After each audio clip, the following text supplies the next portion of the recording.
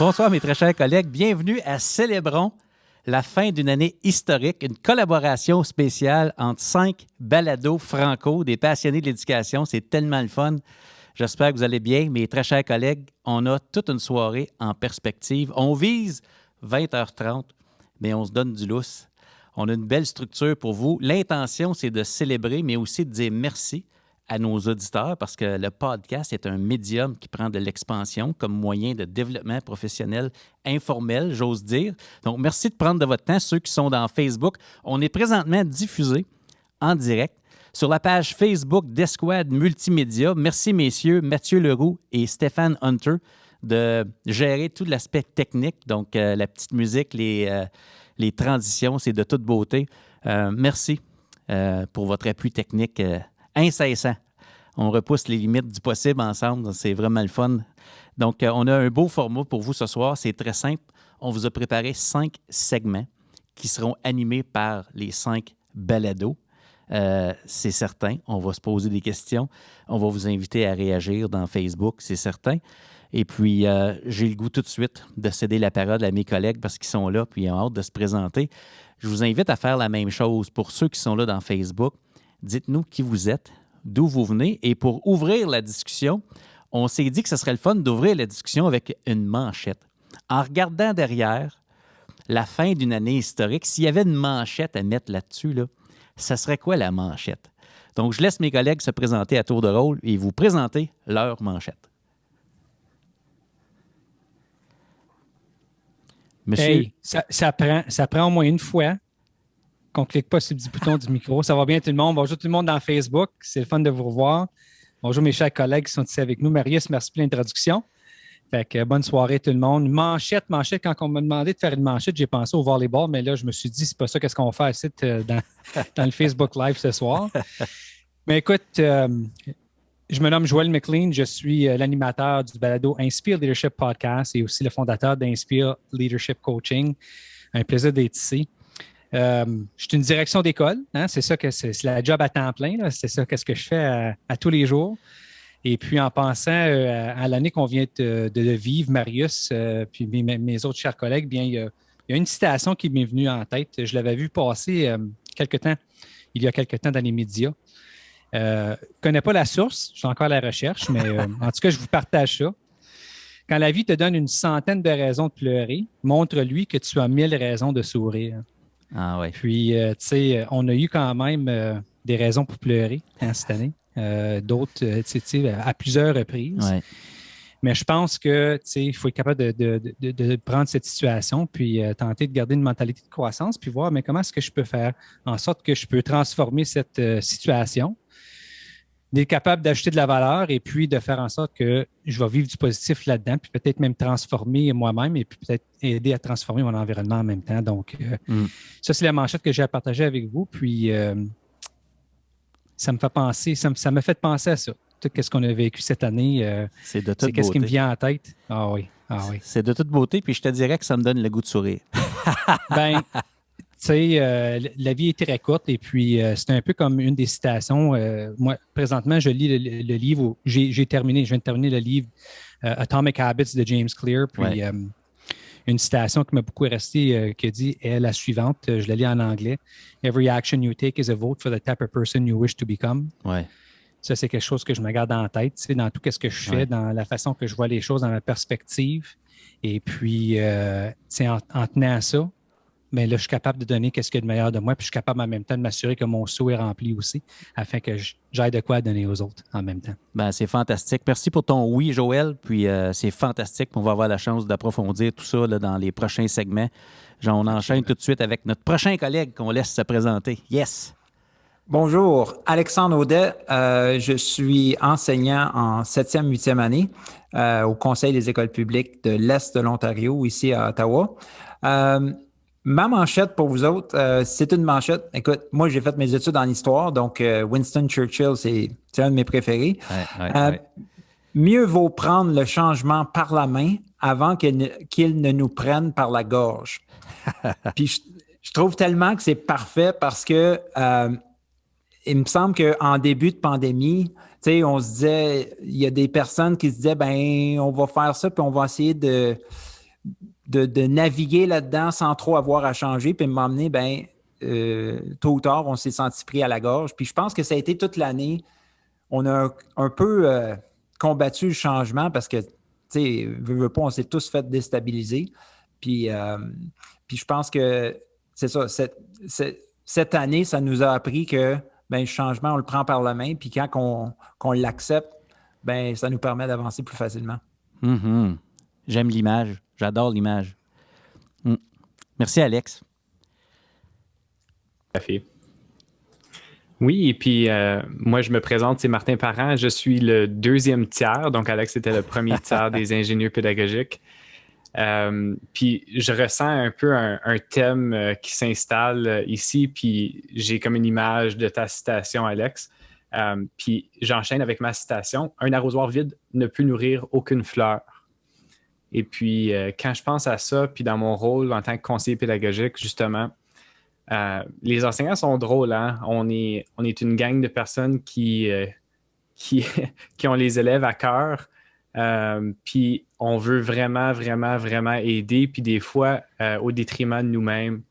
Et puis cette citation-là, je l'ai d'afficher dans mon bureau justement pour moi-même, mais c'est une citation que j'ai commencé à partager aux autres aussi pour dire « Hey, si on ne prend pas soin de nous autres-mêmes, on ne peut pas prendre soin des élèves. » Fait que je me rappelle ça en temps de crise, en temps de pandémie, comme en ce moment.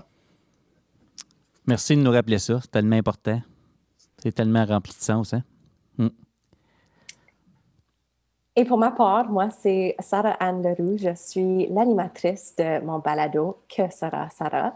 J'ai ma tasse de café ici ce soir. Puis, tu sais, pour ma manchette, j'ai pas trouvé de citation inspirante qui m'a vraiment fait réfléchir à mon année. Moi-même, j'ai souvent dit ma manchette cette année. Et elle est très simple. Elle a beaucoup d'amour et la voici. J'ai souvent dit à mes élèves, je suis ici, je vous vois, je vous entends et je vous écoute. Donc, comme Martin nous a dit, les enseignants, on est là pour nos élèves. Puis surtout cette année, on a dû vraiment non seulement être pédagogue, mais être mentor, puis être leur number one supporter en tout temps. Donc moi, ça a vraiment été la base de mon année scolaire, d'être à l'écoute de mes élèves, de les voir, puis juste de les entendre. Rempli de bienveillance. Merci, Sarah-Anne. Salut tout le monde. Moi, c'est Mathieu Glaude, enseignant à l'École secondaire catholique Le Relais. Puis moi, je me suis ajouté au podcast de Sarah-Anne cette année à Que sera Sarah. On a eu de belles grandes discussions ensemble. Puis intéressant parce que sans qu'on se soit parlé pour nos manchettes, on est allé un petit peu dans la même optique parce qu'elle est allée avec ce qu'elle a dit le plus souvent au courant de l'année. Puis moi aussi, c'est là la réflexion de la mienne. Je pense que la phrase que j'ai dit le plus souvent dans tous mes contextes dans la dernière année, c'est « La porte est ouverte, let's go ». La porte est ouverte, c'est notre chance, la porte est ouverte.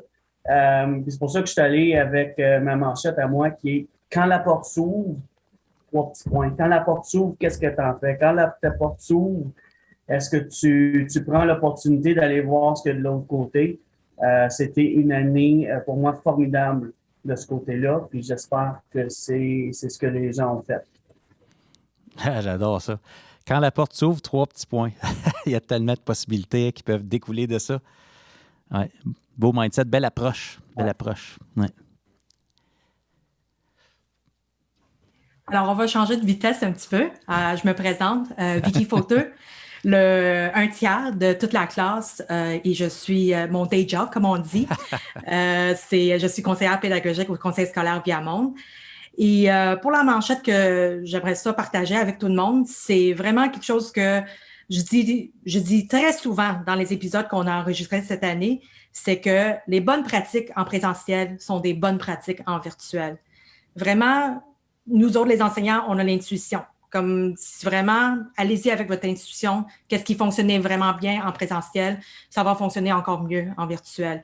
On dirait que tout ce qu'on a vécu cette année, ça a mis comme un genre de spotlight sur qu'est-ce qui allait probablement bien, puis probablement aussi qu'est-ce qui allait pas bien. Puis c'est à nous autres d'aller voir de porter un regard critique de nos pratiques puis d'aller de l'avant pour les prochaines années.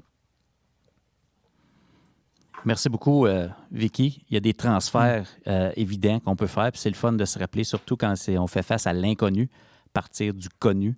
On se rend compte qu'on ne part pas de zéro. Là. C'est rassurant, ta manchette.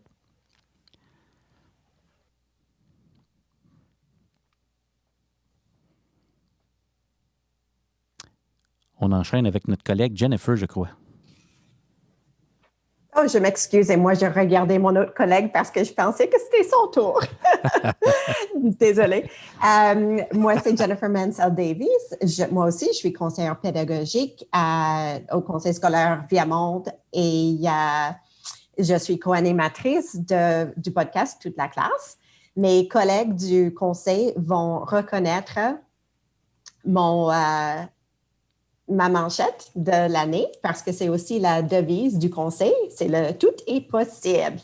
Et je trouve que cette année, ça joue dans les deux sens. Il est possible de se retrouver bouleversé, confiné en temps de pandémie, mais il est aussi possible d'innover, de s'épanouir malgré les circonstances et d'apprendre à faire du pain au levain. J'adore ça. Du pain au levain, tu vas nous donner faim, là. C'est fantastique. Merci beaucoup, Jennifer. Puis, s'il y a une année où on peut regarder derrière puis voir vraiment que tout est possible, c'est en regardant derrière tout ce qui a été accompli. Parce que si on s'était dit, il y a 14 mois à peu près, tout ce qu'on allait accomplir dans les prochains 14 mois, il n'y a personne qui l'aurait cru. Tu sais.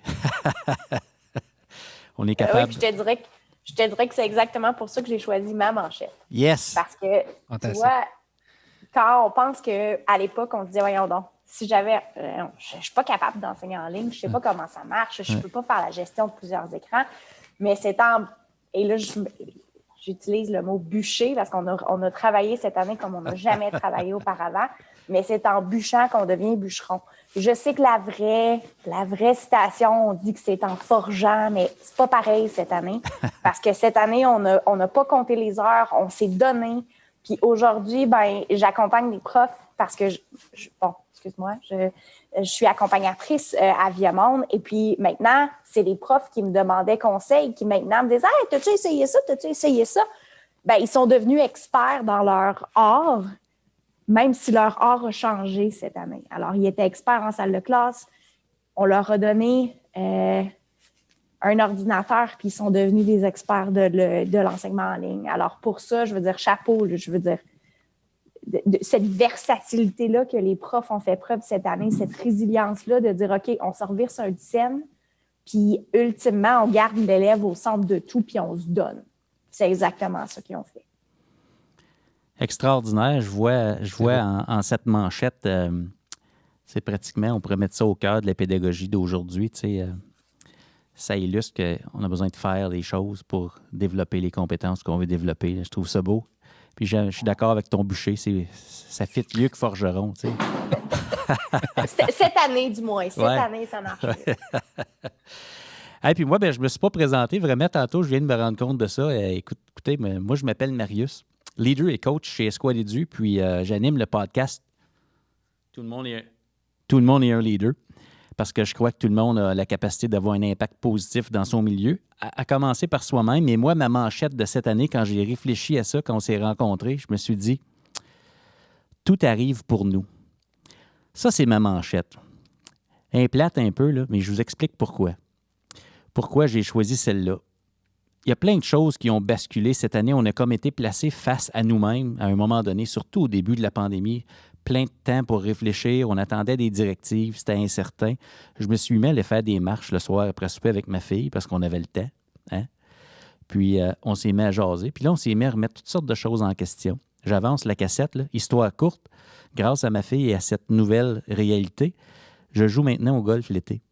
C'est commencé, là, c'est recommencé. C'est le déconfinement. Les phases du déconfinement sont commencées. Et grâce à ça, tout ce qui s'est produit, qui créait de l'incertitude et peut-être de l'anxiété au niveau de c'est quoi les prochaines étapes, qu'est-ce qui va nous arriver, ça a créé des nouvelles conditions qui ont mené à des nouvelles décisions. Puis je me dis, tout arrive pour nous. Il y a du bon qui ressort de tout ça. Je regarde ça d'un point de vue très personnel présentement, mais pour l'éducation, je me dis, regardez tout ce qui est maintenant possible et sur la table pour la rentrée scolaire. On parle d'un retour à l'humain. On parle d'évaluer autrement. On parle d'offrir des nouveaux modes d'enseignement puis de repenser l'école de façon générale. Tout ça, c'est sur la table grâce à ce qu'on a vécu. Puis je me dis, tout arrive pour nous, tu sais, dans ce sens-là. Alors, c'est de toute beauté. Déjà, on est dans le feu de l'action. On a eu la chance de se présenter. Puis là, j'ai le goût de aller voir du côté peut-être de Jennifer. Il se passe-tu des choses dans Facebook? Je sais qu'il y a des gens qui nous suivent. J'ai vu qu'il y a des commentaires. Est-ce qu'il y a des gens qui nous ont laissé des manchettes là, intéressantes là, qu'on pourrait Absolument. mentionner? Oui, il y en a. On a beaucoup de monde avec nous. Et c'est le fun de vous revoir. Merci d'avoir choisi de passer une partie de votre soirée avec nous. On a Anjali qui a dit sa manchette serait une journée à la fois. Comme tout défi, ça se vit une journée à la fois. Il y a Nancy qui a dit on y arrivera ensemble. Et c'est vrai, je pense qu'on a vu de beaux témoignages du travail d'équipe cette année à l'intérieur des écoles, à l'intérieur des conseils. Et on a une dernière manchette de la part de Geneviève qui dit « Quand ça ne marche pas, il faut redémarrer. » C'est bon, ça. Quand ça ne marche pas, redémarrer. Reset. Puis c'est un peu comme ça. C'est un peu comme ça que je me dis que c'est une belle approche pour la rentrée scolaire. Hein? Dire on reset, on recommence. Là. Hein? On ne continue pas, on recommence quelque chose. Table rase, on pourrait dire. J'aime ça. Merci pour ces manchettes-là et merci pour la mise à jour. On a une dernière, si tu me permets. Certain, vas-y. Frédéric vient d'ajouter une année inoubliable, plein de possibles. C'est certain qu'on n'oubliera pas ça. On n'est pas avec. C'est clair. Hey, la table est mise. Ça, c'était l'introduction. Hein? Une vingtaine de minutes juste pour commencer, tu sais, pour mettre la table. C'est-tu beau, ça? 5 balados ensemble, c'est ça que ça donne. C'est extraordinaire. Merci de prendre le temps de nous écouter, les gens qui sont là dans le Facebook, puis ceux qui sont en rediffusion. Vous êtes formidables. On vous apprécie. Ça serait peut-être le temps de passer au premier segment officiel avec Que sera Sarah?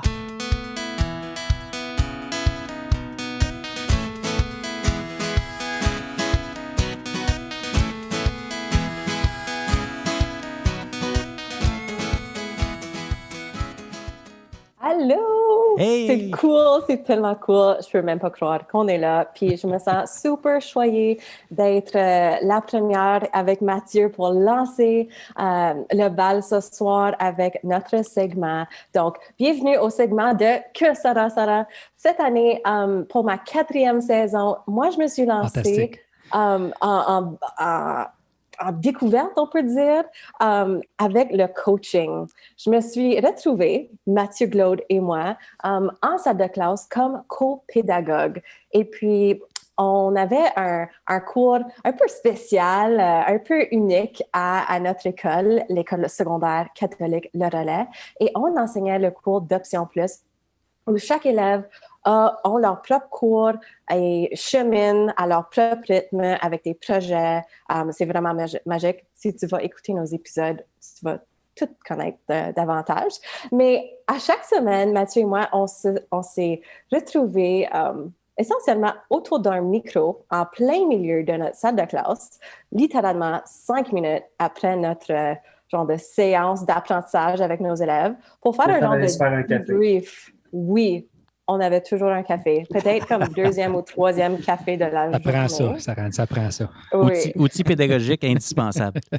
Oh my! Tu sais, et puis encore ce soir. Donc, on était autour d'un micro dans ma salle de classe et puis on a littéralement pris élément par élément notre journée. Des fois, on avait une thématique, des fois non. On avait des questions à se poser, puis vous pouvez aller écouter. On a une dizaine d'épisodes à Que sera Sarah? Donc, je nous présente, nous sommes les coachs en classe et puis vous pouvez nous trouver essentiellement partout où les balados sont disponibles.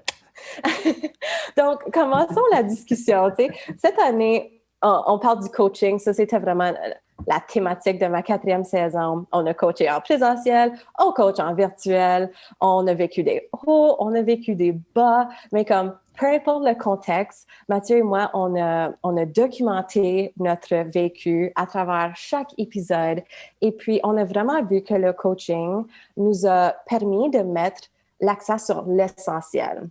Ça, c'était, comme j'avais mentionné, créer des liens avec les élèves, de les accompagner vraiment un à un à travers chaque étape de leurs apprentissages. Donc, nous en avons jasé, comme j'ai dit, pour une dizaine d'épisodes. Mais là, on veut savoir votre avis. Puis là, je pose la question à mes chers podcasters. Tu sais, le coaching, a-t-il sa place en salle de classe, soit en présentiel, soit en virtuel? J'espère que vous dites oui parce que on aimerait ça continuer. Ça serait bien plate. Ça serait bien plate de dire non. Ça serait court. Mais on veut vous entendre. Ben le coaching a-t-il sa place? Puis pourquoi? Oui, bien écoute, si vous permettez, je relance avec une question, c'est est-ce qu'il y a une place pour la personnalisation de l'éducation présentement? Puis je me dis, si on vise la personnalisation de l'éducation, ça veut dire qu'on va amener les personnes à élever leur niveau de conscience et de compétence. Puis pour faire ça, à un moment donné, je pense à la manchette de Mylène, il faut laisser les élèves bûcher. Parce que c'est en bûchant qu'on devient bûcheron, dans ce sens-là. Là. Donc, il faut. Puis quand on arrive à ce moment-là, la prédisposition de base du coach, c'est que l'individu qu'on coach porte en lui la réponse. Il y a eu de l'enseignement, là. Mais tout le monde a du vécu. Il n'y a personne qui part à zéro. Puis on ne voit pas nos élèves comme des vases vides à remplir. On leur enseigne des choses, mais des fois, c'est en temps opportun. Puis l'approche de coaching, ça permet de répondre à un des grands besoins en éducation qui est de responsabiliser. Pour que les élèves soient responsables, ils doivent avoir l'occasion d'être responsables. Puis c'est ma réponse courte à ça, là, y a-t-il de la place pour le coaching? Je me dis absolument. Parfois, c'est le point de départ. Parfois, il faut, comme tu as dit, Sarah-Anne, il faut partir par bâtir une relation parce qu'on ne coache pas quelqu'un qui ne veut pas être coaché. Donc, ça met, je dirais peut-être, ça amène une inflation au niveau de la qualité des relations requises dans nos écoles. Parce que pour amener le coaching en classe, il faut élever le niveau et la qualité des relations. Sinon, on n'a pas accès au coaching. Ça, c'est ma croyance personnelle. OK? Mais absolument. Ma réponse, c'est oui, madame. Je ne veux pas prendre trop de temps, mais ça, c'est ma réponse courte, là, mais c'est vraiment important qu'on fasse une place pour ça. Je me dis, c'est l'avenir, je pense, en éducation. Par la place, oui. Ouais. J'adore ça. Joël, as-tu quoi là-dessus? Écoute, je suis entièrement d'accord, en accord avec mon collègue. Le coaching, c'est tellement un privilège de pouvoir vivre le coaching, autant la personne qui fait le coaching que la personne qui se fait coacher. Parce qu'on s'entend, il y a de la croissance des deux bords. Puis, ça a sa place en salle de classe, mais ma réponse à ça, Sarah-Anne, c'est que ça a sa place partout. Partout. Que ce soit avec mes enfants, que ce soit avec mes élèves, que ce soit avec mes collègues. Et puis vice-versa aussi. Là. Donc, tu sais, des fois, où est-ce que moi, je peux, avec mes compétences, avec le bagage que j'ai, offrir à quelqu'un quelque chose qui va, comme Marie se dit, là, qui va l'aider à s'élever encore plus haut, que je peux recevoir aussi ce coaching-là des autres, puis recevoir là, ces beaux cadeaux-là des autres personnes afin que moi, je m'élève aussi. Hein? Ça me fait penser un peu à la loi du couvercle de John Maxwell. Hein? La loi du couvercle qui dit que, tu sais, si on reste à la même place, mais les gens avec qui on travaille, puis les gens avec qui on œuvre et puis qu'on coach, bien, si nous, on ne garde pas cette barre-là élevée, puis qu'on reste à la même place, bien, ces gens-là, lorsqu'ils vont arriver au même endroit que nous, bien, ça va être difficile pour eux de nous dépasser. T'sais? Ça fait que c'est toujours ce game-là qui joue. Hein? C'est tellement réciproque, le coaching. C'est tellement réciproque. Puis moi, c'est ce que j'aime le plus de cette approche-là. C'est que j'en gagne autant que j'en donne. Et puis, c'est ce que j'apprécie le plus. Oui, absolument. Écoute, tu as fait... vas-y, Annette. J'allais juste commenter sur la loi du couvercle, juste pour amener peut-être amener une idée qui, moi, ça me touche, mon vécu, là. J'ai été le couvercle dans ma classe, surtout à mes débuts. Puis je me dis, si je peux amener quelque chose de concret de ce côté-là, c'est le couvercle, ça dépend de notre approche. Je parlais de la relation tantôt. C'est quoi l'intention de ma relation avec les élèves? C'est-tu d'obtenir le contrôle ou de les propulser?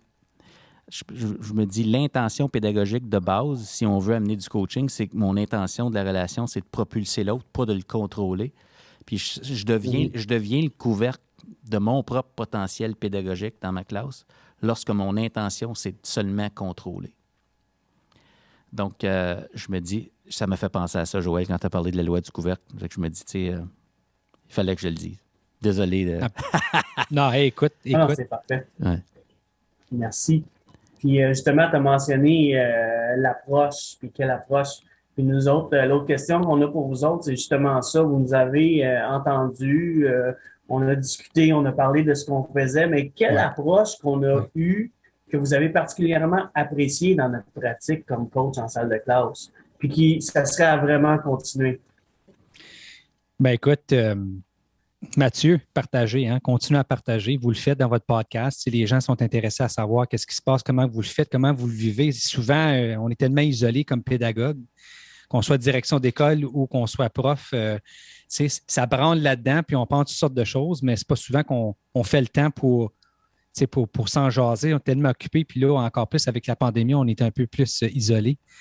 Fait que cette approche-là, le fait, je pense que c'est Sarianne qui le disait, qui a dit au début, là, vous êtes des co-pédagogues en salle de classe. Vous avez pris les démarches nécessaires, vous avez été intentionnel à venir ensemble et à en parler. Ouais. Parce que, quand on parle du coaching, là, puis des approches, c'est pas autant qu'est-ce qu'on donne aux autres, mais c'est qu'est-ce qu'on éveille dans les autres. Ouais. C'est ça, qu'est-ce que c'est. Puis à vous écouter parler, Sarah-Anne et puis Mathieu, je peux le ressentir, Dans vos échanges, une personne va dire quelque chose, l'autre personne va réagir, oh wow, je n'avais pas réalisé ça, puis c'est fantastique. Puis, fait que tu le vois, ça se voit même si on écoute, là. mais ça se voit, cet éveil-là que vous faites, et puis la conversation est tellement riche. Donc, cette approche-là, comme coach en salle de classe, moi, je vous écoute, je me fais un portrait dans ma tête d'à quoi ça a l'air, puis comment vous pouvez vous sentir à l'intérieur de ça. Puis je me dis, c'est la même chose qui se passe avec les élèves. C'est la même expérience, c'est le même feeling qu'on peut avoir. Puis, si on peut les apporter, nos élèves, les élever, comme Marie se dit tantôt, à être conscient de, hey, intentionnellement, moi, je veux me développer, puis je veux me lever, je veux m'élever à ce niveau-là.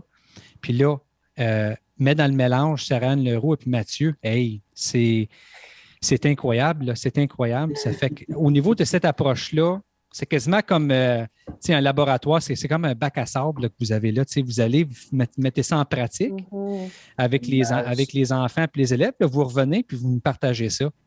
Mais c'est absolument fantastique. Ça, c'est quasiment comme de la recherche-action. Là. C'est dans le terrain, c'est sur le terrain, c'est des pédagogues. Puis vous venez nous raconter ça. Je trouve ça fantastique. C'est Joël.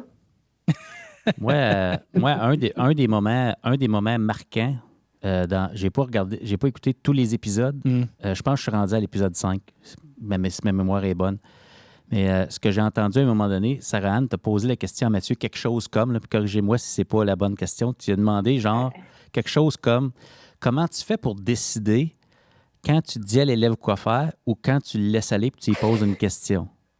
Oui.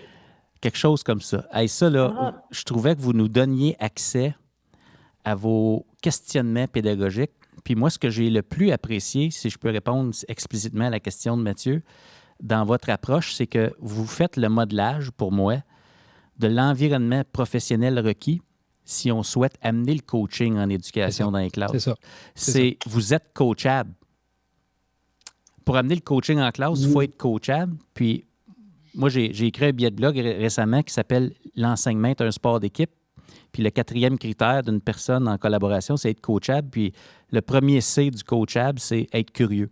Puis je pense que s'il y a un adjectif qui décrit bien l'approche d'un coach, c'est qu'on est toujours curieux positivement.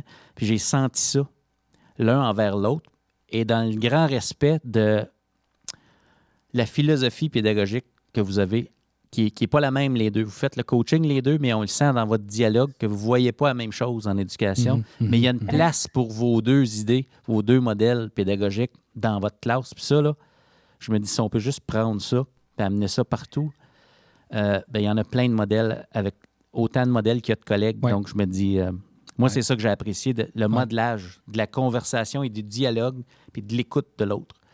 Écouter pour comprendre. Ça, j'ai bien aimé ça. Ils se font confiance, hein, ça paraît tellement. Ouais. La confiance est là. Puis, tu l'as dit, Marius, vous avez mis la table. Là, c'est de même que ça se passe. Et puis, si on veut vraiment apporter cette approche-là, qui est l'approche gagnante, à mon avis, au niveau de la salle de classe, au niveau de notre école, au niveau systémique des conseils, des commissions scolaires. Ouais. Écoute, le modèle, il est là. Et puis, je trouve ça fantastique, en tout cas.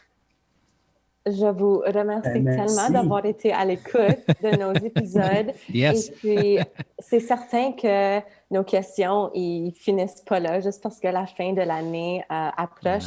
On a quand même 5 épisodes qui s'en viennent pour terminer l'année, Mathieu et moi, pour conclure, pour boucler notre 4e saison de Que sera Sarah. Donc, ça s'en vient. C'est magnifique. On a même des témoignages d'élèves qui, les élèves que nous, on a coachés, ils disent plein de belles choses et des moins belles choses des fois. Ça a été vraiment difficile parce que tu ne donnais pas toujours les réponses comme on a voulu. Donc, essentiellement, ça, c'est ce qui s'en vient. Et puis, ça conclut aussi segment numéro 1 de Que sera Sarah. Moi, je lance la balle à mon cher collègue Marius Bourgeois et son podcast « Tout le monde est un leader ». Yes!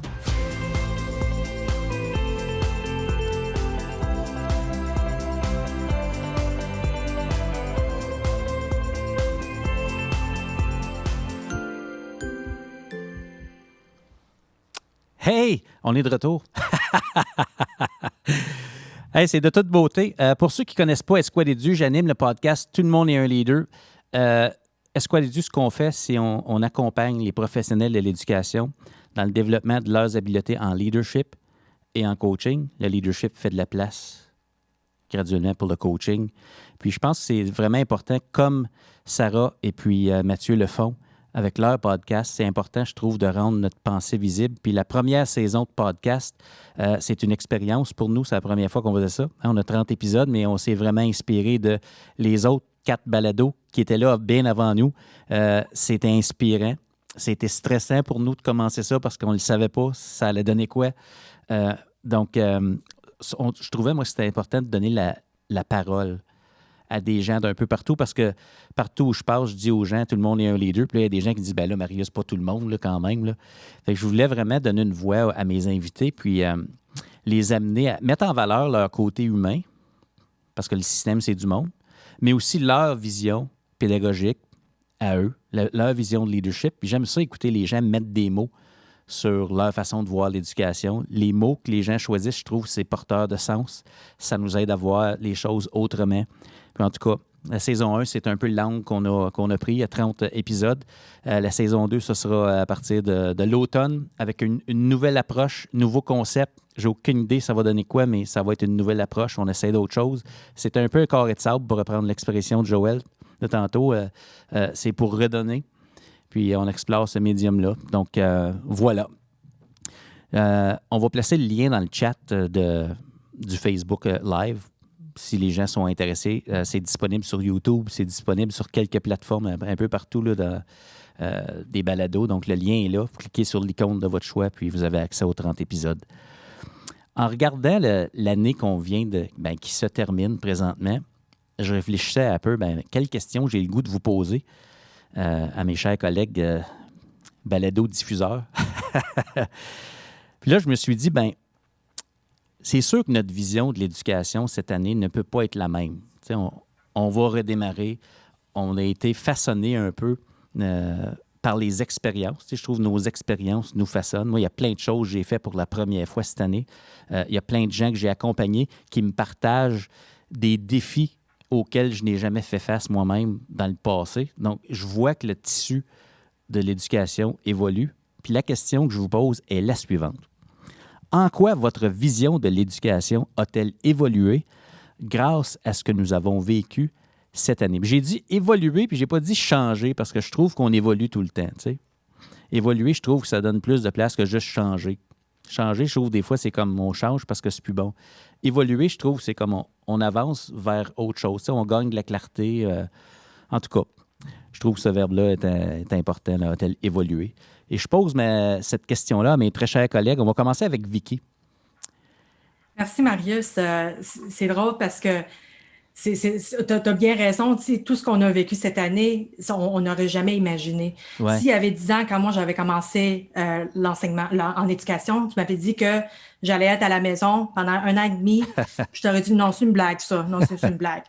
Puis je vais commencer pour dire que tu sais, ma vision commence à évoluer. C'est que là, je vais retourner un petit peu à ce que Jennifer avait dit au début, à l'introduction. Le devise de notre conseil, comme si c'est tout est possible. Au début, avant la pandémie, on prenait ça, cette phrase-là, c'est comme un petit peu quétaine. On était comme ah, mais pourquoi est-ce que ça s'est arrivé comme ça? Ah, ben c'est parce que tout est possible. Mais là, on change justement. Notre vision change. Cette phrase-là, on la prend de façon extrêmement positive parce que justement, on est capable de tout faire. Puis cette année, on a eu la chance d'accompagner plusieurs de nos enseignants PNPE. Puis c'est vraiment incroyable de voir la persévérance qui ont, puis la résilience qui ont durant toute cette année-là.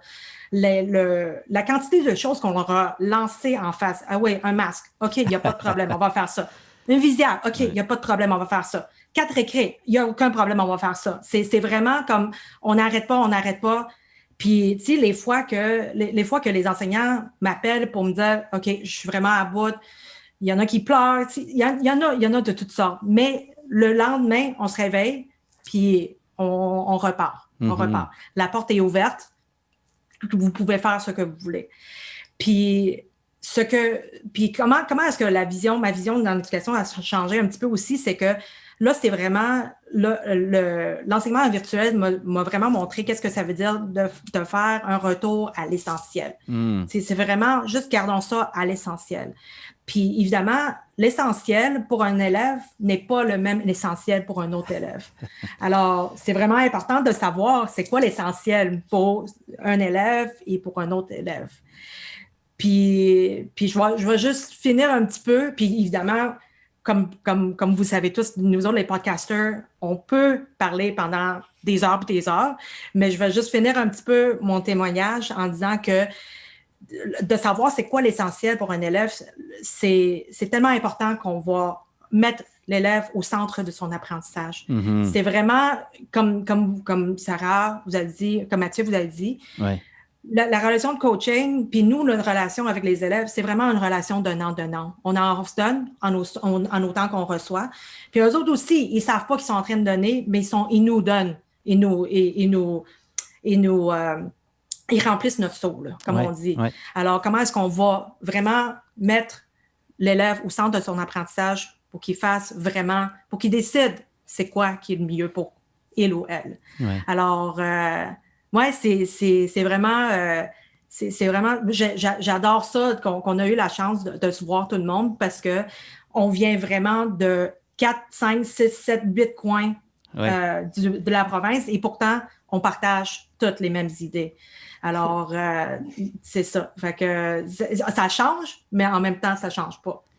Alors, fait que, puis moi, je vais relater la question. La même question, Sarah, puis toi, ta vision en éducation, comment est-ce que ça a évolué? C'est tellement drôle parce que tu viens de dire que on vient de 4 coins différents de notre belle province, mais on vit quand même la même chose. Puis j'ai littéralement la même réponse que toi. C'est super drôle. Parce que quand j'ai réfléchi à ma réponse, tu sais, en tant qu'enseignante en salle de classe, j'ai vraiment vécu comme les horaires de quadrimestre au secondaire. J'ai vécu le switch entre l'enseignement en ligne, en présentiel. J'ai vécu que les élèves devaient se distancier dans ma salle de classe. Ils ne pouvaient plus comme collaborer, ils ne pouvaient plus travailler ensemble. Donc, ça a vraiment comme juste viré tout mon enseignement à l'envers parce que moi, j'aime pas travailler les élèves. Et puis, donc, j'ai vraiment j'ai vraiment revenu à la base. Je me suis vraiment revenue à la base. Puis les deux choses qui ont changé dans ma vision, c'est qu'est-ce qu'on enseigne et comment on l'enseigne. Puis dans le qu'est-ce qu'on enseigne, j'avais écrit revoir l'essentiel de nos cours. Évidemment, la pandémie nous a comme forcé à avoir ce qui était réellement essentiel pour nos élèves. Et comme Vicky l'a super bien dit, les besoins de nos élèves sont différents. Et la façon que ma réponse est un peu différente de la sienne, Vicky, c'est que moi, quand je dis revenir à l'essentiel, je ne parle pas du contenu du cours. Moi, je parle vraiment les besoins de mes élèves en tant que personne. Tu sais, on parlait de bienveillance, ma manchette. Moi, je me suis vraiment arrêtée sur comme la santé mentale de mes élèves. Comment vas-tu? Es-tu capable? Es-tu prêt ou prête à être dans ma salle de classe aujourd'hui? Comment est-ce que je peux t'appuyer? Et donc, ça, c'était vraiment les besoins de mes élèves. D'autres besoins de base, essentiels, étaient comme, Madame, comment est-ce que je m'organise en ligne de façon virtuelle? Madame, comment est-ce que je gère mon temps quand je suis à la maison avec mon lit à côté de moi, puis mes frères et mes sœurs, puis mon PS5? Comment est-ce que je gère tous mes outils technologiques? Il y avait tellement d'autres besoins que moi, j'ai réalisé que fallait que je comble avant même que j'enseigne ou que j'essaie de passer ma matière, tu sais, pas que j'ai vraiment passé la matière concrète, mais c'était mettre l'emphase sur comme le bien-être, les compétences, et puis parce que ma matière, tu sais, elle n'aurait pas été passée de toute façon. Donc, ça, je faisais déjà ça, mais cette année, ça a vraiment été comme renforcé. Et puis, juste pour ajouter rapidement, tu sais, j'avais dit qu'est-ce qu'on enseigne, puis le comment. Évidemment, avec le nom de ma 4e saison, Coaching en classe, mon approche a été comme virée à l'envers avec, tu sais, Mathieu comme co-enseignant. Donc, quand on pense à la pyramide de Maslow, tu sais, ma première réponse, on pense beaucoup à la pyramide, les besoins de la personne. Quand tous ces éléments-là étaient comblés, là, Mathieu et moi, comme enseignants, on pouvait vraiment être plus en mesure d'établir un lien avec l'élève où on pouvait le questionner et le coacher, puis rapporter OK, on est bien, on se sent en sécurité, tout le monde a mangé, tout le monde a un environnement calme, on sait où est-ce qu'on s'en va, puis parlons de ton cours, puis allons-y de là. Donc, tu sais, comment on enseigne, puis qu'est-ce qu'on enseigne, j'étais tout en questionnement de ça cette année, puis vous pouvez l'écouter dans le podcast. Toi, Mathieu, te sens-tu un peu pareil? Bien, vous avez essentiellement dit les mêmes choses que je dirais moi aussi. Fait que sans répéter les choses qui sont, on a parlé de revenir à l'essentiel, de laisser à... puis ça, j'avais parlé dans un de nos épisodes. Si on a passé notre temps à dire « restons à l'essentiel », qu'est-ce que ça veut dire pour le reste des choses? Ça veut dire qu'il y a des affaires qu'on fait pour rien depuis longtemps. Mais je répète les mêmes choses que vous autres, mais je veux rajouter... encore une fois, la porte a été ouverte. La place que ça l'a permis dans le système pour vraiment faire ce qu'on a prôné depuis des années. On parlait de flexibilité. Ça fait longtemps qu'on parle de flexibilité. On dirait que ça a pris une pandémie pour vraiment que là, on nous dise soyez flexible, soyez vraiment flexible. Oui, vraiment flexible. Là, tout à coup, ça a fait comme voici les possibilités maintenant. Ce qu'on considérait flexible avant, c'était ça. Maintenant, ce qu'on considère flexible, c'est ça. C'est beaucoup plus large. Il faut faire vraiment attention à ces mots-là. Fait que ça, c'est l'exemple parfait de comment je vois tout. Okay. Parce que, tu sais, nous autres, on est allés même à l'école de dire, on a enlevé les cloches. On a pu faire confiance à des élèves, tester des affaires pour voir jusqu'où on pouvait aller dans un fonctionnement d'école. Puis, les élèves, ça ne change rien dans leur routine, ils étaient habitués. Puis, une chose que je veux, Marius, tu parlais de choisir les mots. Tu n'as pas choisi le mot changement, tu as choisi évoluer. Moi, s'il y a un mot que je n'aime pas et qui me fait peur dans tout ce qu'on a vécu cette année, c'était adaptation.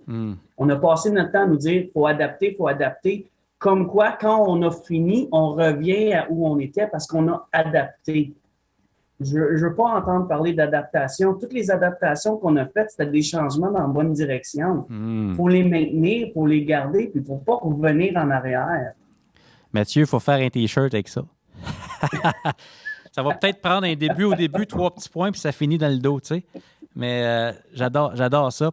Hey, écoutez, je fais plein de liens avec ce que vous dites, OK? Vicky, Sarah-Anne, Mathieu. Moi, ma vision de l'éducation a évolué parce que je suis un accompagnateur. Je n'ai pas eu la chance d'être un prof en salle de classe cette année, mais j'ai donné plus de 125 conférences formation de différents types à différentes clientèles, des professionnels de l'éducation toujours. Puis j'ai dû le droit de le dire, m'adapter cette année au nouveau contexte. Puis pour moi, revenir à l'essentiel, moi j'enseignais le français au secondaire, hein, puis dans la construction d'une phrase, on enseigne quelque chose à quelqu'un. Il y a 2 compléments de verbe là. Hein? On enseigne quelque chose à quelqu'un. Il y a quelque chose entre enseigner puis le quelqu'un, c'est le contenu. Puis je pense que notre job, c'est d'aller à la rencontre de l'autre côté du contenu, puis ensemble aborder le contenu après. Puis je me suis comme rendu compte de ça, que c'était... tu sais, avant, on disait placer l'élève au centre de son apprentissage ou le participant ou l'adulte. Puis on en parle, puis on le fait, là, on essaye de le faire, mais c'est comme... On peut aussi ne pas le faire puis dire, moi, j'enseigne aujourd'hui, là, puis on verra au test s'il y a un prix. Cette année, on n'a pas eu cette option-là, puis je me suis rendu compte de ça à un moment donné. J'étais en train de donner une formation, puis il y avait beaucoup de webcams éteintes. Puis il y a un participant à un moment donné qui dit un élève, c'est pas une icône. Ou un icône, c'est pas un élève. Puis je me suis rendu compte de l'importance d'être en relation avec les participants. Et si tu n'es pas en relation avec les participants dans le virtuel, là, ben tu parles tout seul. Puis, ça demande beaucoup de ralentissement. Ce que je remarque comme principe, là, ce que les gens font dans le virtuel, c'est qu'on réduit la durée des rencontres, on augmente la fréquence. On réduit la taille des groupes pour créer un sentiment de sécurité socio-cognitive ou affective entre les gens. C'est plus facile de communiquer comme on fait là parce qu'on est 9. Si on était 50, ce serait plus gênant de parler. Vous me suivez? Donc, je me rends compte de ces principes-là. Puis j'ai le goût d'inverser la manchette de Vicky de tantôt. Puis j'ai le goût de dire, je vais retourner dans notre document, là.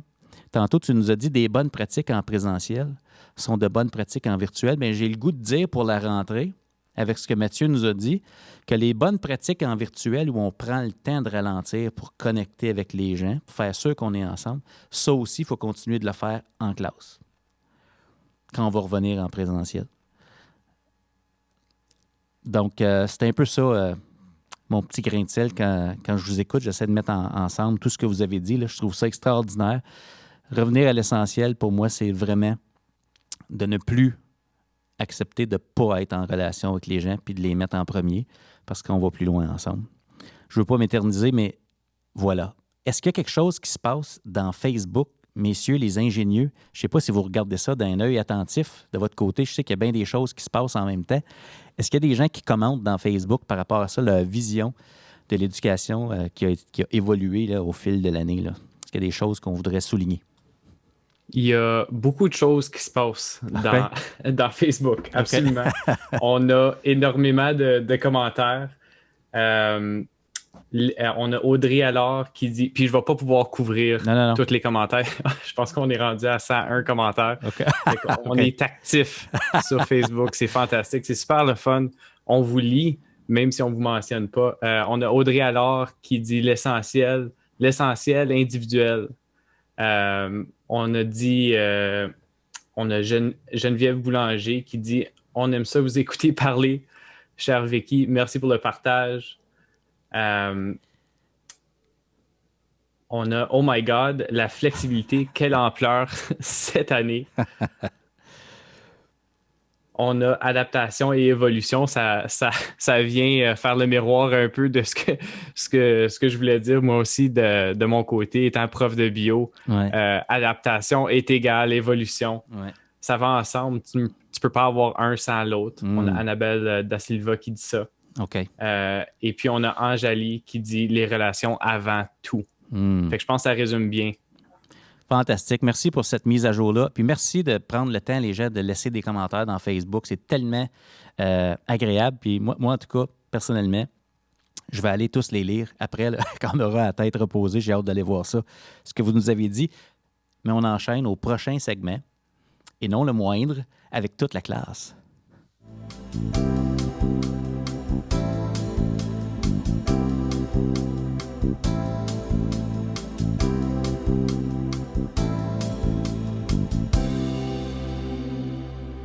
J'adore cette musique et je suis très contente de pouvoir vous présenter notre podcast.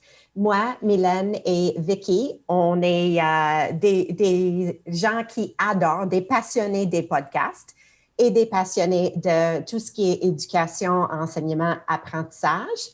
Alors, on a voulu combiner nos passions et on a été super chanceuse que notre conseil, le Conseil scolaire Viamonde, nous a permis de faire ça comme initiative du conseil. Si vous n'avez pas encore écouté notre podcast, c'est vraiment destiné aux enseignants. On a essayé de bâtir une banque d'épisodes et on a commencé avec les bases. Alors, pour les nouveaux enseignants, vous pouvez toujours retourner et écouter notre série sur l'évaluation, sur la planification, etc. Et dernièrement, on a fait une série sur l'équité et l'inclusion, dont on est très fiers. Alors, on vous invite également à écouter nos épisodes plus récents qui portent sur le bien-être des élèves LGBTQ+, les biais inconscients et l'autre qui est super bon aussi. Alors, le tout se trouve, oui? Pratique réparatrice puis justice sociale qui s'en vient dans les prochaines semaines. C'est ça que je voulais dire. J'aurais dû avoir des notes à côté de moi. Vous pouvez nous trouver sur Podomatic, c'est là où on entrepose tous nos épisodes, mais également vous pouvez nous trouver sur Spotify, Apple, iTunes, les balados iTunes. Et on a une page Facebook et un Twitter que vous pouvez suivre. Alors, la question que j'aimerais poser, et je pense que ça s'enchaîne bien avec les autres questions parce que ça revient vraiment à la base, c'est que nos collègues qui sont en salle de classe cette année, j'aimerais vous demander, parce que je sais qu'il y a plein d'enseignants qui disent c'est très difficile d'avoir de l'interaction avec mes élèves, les caméras sont fermées, les élèves ne remettent pas leurs travaux. Qu'est-ce que vous avez trouvé qui engage les élèves et qui fait en sorte qu'ils restent motivés? Parce que je pense que, comme on a déjà dit, ce qui a bien fonctionné cette année, si ça a fonctionné avec tous ces défis, on sait que lorsqu'on retourne en salle de classe, ça, c'est vraiment des pratiques gagnantes. Si je peux commencer. Oui. Oui, c'est vrai que ça fait un bon lien avec ce qu'on vient de mentionner avant. Hein? C'est d'aller à l'essentiel puis de remettre l'élève au centre. Pour moi, de ce que je remarque, l'action précise fait en sorte qu'il maintient l'élève motivé et engagé dans tout ce qu'on a fait, c'est le temps individuel avec l'élève, le 1 à 1. Je dois dire, comme dans les élèves que j'ai en ce moment, qu'on est en mode virtuel, très, très, très peu d'élèves sont désengagés. Et qu'est-ce qu'on veut dire par désengagé? C'est un grand mot. J'ai des élèves qui se présentent peut-être pas à tous les jours à nos rencontres, sauf que à chaque fois que je mets quelque chose dans le classroom, j'ai un message de l'élève qui me dit qu'est-ce que c'est cette affaire-là. Fait que ça veut dire qu'il va le vérifier. Fait qu'il se présente pas, mais il met à jour constamment son drive avec les choses qu'il a à faire de lui-même, parce qu'on est en mode coaching. Fait que l'élève même qui paraît désengagé finit par être engagé. Il paraît désengagé parce qu'il n'est pas présent, mais il fait ce qu'il a à faire quand même, il est en train d'apprendre. Fait que l'importance du 1 à 1. Genre, la rencontre individuelle à tous les jours avec chacun des élèves, c'est la solution gagnante. Est-ce que ça prend beaucoup de temps, du 1 à 1 à tous les jours avec chaque élève? Oui. Ça prend beaucoup de temps, ça prend beaucoup d'énergie. Ça prend beaucoup de discipline aussi de notre part parce que j'ai trouvé plus facile de faire le 1 à 1 en virtuel que de le faire en salle de classe parce qu'on s'embarque dans la salle de classe dans Ben oui. dans le roulement, puis dans l'action telle quelle, tandis que là, en virtuel, c'est ton temps à toi.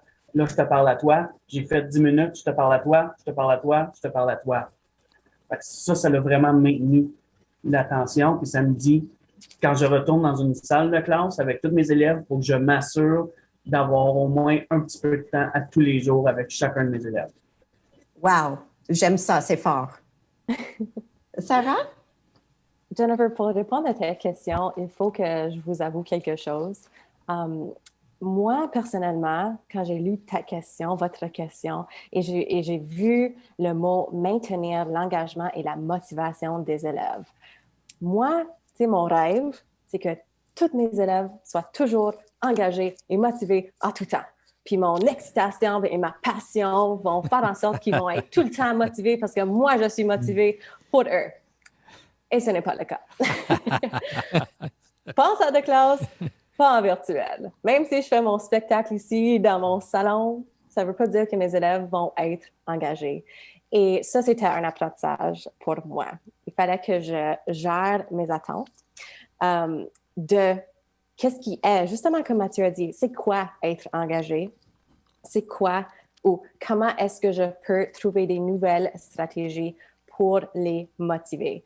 Du 1 à 1, avec, moi, j'enseigne en anglais en ce moment, puis we have conferencing schedules, we have conferences. Puis des fois, c'est juste un check-in de « Hey, how's it going? Comment ça va? » Comme, on est rendu là, j'ai vu que tu as fait ça, et on jase. D'autres fois, c'est vraiment comme l'élève veut juste me raconter sa fin de semaine. Ça, c'est super cool aussi. Ensuite, on continue à bâtir le lien, ce qui motive et engage l'élève de juste se présenter parce que Mme Leroux, elle veut savoir ce que j'ai fait en fin de semaine. Elle s'intéresse à moi et puis je veux me présenter non seulement pour elle, mais parce que ça me fait du bien être en classe, même si on est en virtuel. Donc, à la base, continuer à mettre de l'emphase puis mettre plein d'amour dans ces relations-là, gérer mes attentes que mes élèves vont pas toujours avoir leur caméra ouverte et c'est correct, j'ai pas le contrôle sur ça. D'avoir de l'empathie de ma part, de leur dire que je comprends que chez vous, des fois, il y a plein de bruit, puis il y a plein de choses qui se passent, puis vous voulez pas allumer vos caméras. La dynamique de famille n'est pas toujours évidente non plus. L'Internet qui fonctionne pas, les frères, les sœurs qui utilisent les Chrome, c'est pas évident. Donc, juste avoir de l'empathie et de le dire explicitement à mes élèves. Moi, je crois que mes élèves, ils ressentent ça. Et parce que je suis plus understanding, comme on peut dire entre guillemets, mes élèves ont plus tendance de « OK, mais tu sais, j'ai manqué la moitié de mon cours la semaine passée parce que mon Internet, mais je veux vraiment être là aujourd'hui, puis je vais faire en sorte que c'est le cas. » Donc, c'est ça. Juste vraiment être très transparente avec eux, très vulnérable avec eux. Eux aussi, c'est comme un miroir, right? Et, tu sais, à la base, c'est juste comme ma thématique de ce soir, c'est mettre l'humain avant la matière, assurer que ça va bien, puis les élèves se motivent, puis s'engagent. Ça l'aide beaucoup. C'est pas la recette magique. Je ne l'ai pas encore trouvée, mais on essaie. Ben, c'est drôle que tu dises ça, Sarah, parce que dans ma classe, c'est justement comme ça que je commence. À chaque cours, à chaque journée, je commence avec mes groupes. Qu'est-ce qui vous a fait sourire, sourciller depuis hier? Puis, ben, j'en entends de toutes les sortes. Ce matin, c'était une grosse discussion sur les J'aime updates. ça beaucoup, Sarah. Ça renforce encore une fois ce qu'on... C'est qu'est-ce que les updates qu'il y a eu dans Minecraft hier soir. En tout cas, il y avait des gros débats là-dessus.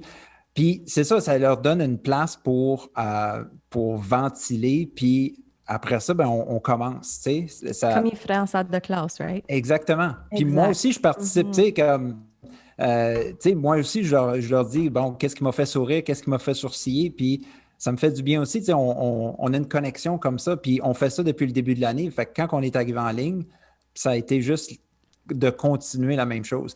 Puis je dirais que la motivation, en tout cas, chez moi, en tant que prof, puis chez mes élèves, j'ai remarqué que lorsque notre relâche a été repoussé d'un mois, ça a été pas mal difficile, ce bout-là. Parce que, écoute, ça c'était le temps de l'année où est-ce que notre énergie baisse. Puis, moi, avec mes élèves, on a pris le temps, justement. Puis, tu sais, comme il a commencé à faire beau dehors, fait on sortait 15 minutes avant la récréation, puis on allait jouer au ballon, tu sais. On allait se lancer le ballon, puis juste ça, ça faisait du bien, là, tu sais. Puis après ça, on vient en classe, on a déjà un petit peu plus d'énergie. Puis lorsqu'on est arrivé en ligne, j'ai essayé de leur faire des choses qui étaient à l'aise avec. Parce que ceux qui ont écouté notre podcast, moi, Martin et Eric, on vient souvent sur les recherches de Ryan et Daisy qui nous parlent de motivation. Puis la trifecta de la motivation, il faut que l'élève se sente compétent dans ce qu'on lui demande de faire. Puis il faut qu'il sente qu'il y a une connexion avec ce qu'on lui demande de faire. Donc, est-ce que c'est important pour lui, qu'est-ce qu'on lui demande de faire? Puis finalement, il faut lui donner des choix.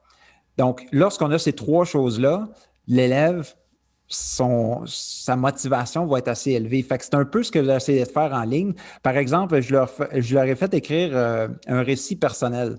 Donc, ça, c'est un peu, en anglais, c'est comme un personal narrative. Tu écris quelque chose qui est arrivé dans ta vie, puis pour nous en apprendre un petit peu plus à propos de toi, pour nous montrer que, je ne sais pas, que tu étais courageux puis l'autre choix que je leur avais donné, c'était d'écrire un recueil de poèmes sous le thème de « Qui es-tu? » Puis les élèves ont super accroché à ça. Tout le monde a écrit des récits personnels. C'était des histoires là, vraiment intéressantes parce que, avant ça, au début de l'année, on avait vu le schéma narratif, ils se sentaient compétents. Puis, écoute, la connexion, ils se racontaient eux autres. Là. Je leur demandais pas de créer un personnage, c'est eux le personnage, tu sais. Puis, en plus, il y avait des choix. Donc, avec des choses comme ça, je pense qu'on est capable d'aller chercher les élèves puis de les amener à progresser. J'aime beaucoup ce que vous avez dit tous les deux. Je pense que ça renforce tout ce qu'on savait avant. Et on fait encore une fois un lien avec ce que Vicky a dit, ce qui est une bonne pratique en présentiel est une bonne pratique en virtuel.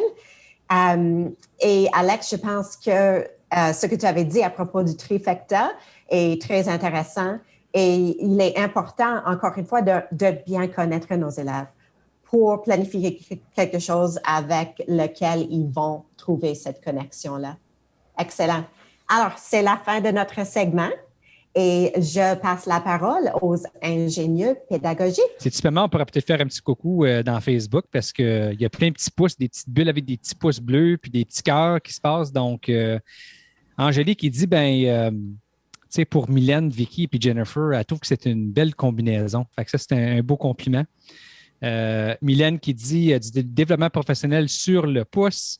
Nous avons Anissa qui a beaucoup apprécié l'épisode qui parlait des biais inconscients.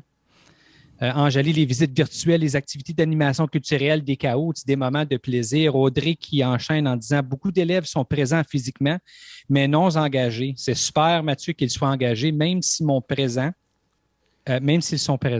tout le temps. » Annabelle, tellement vrai, il y a des choses qui fonctionnent mieux en virtuel.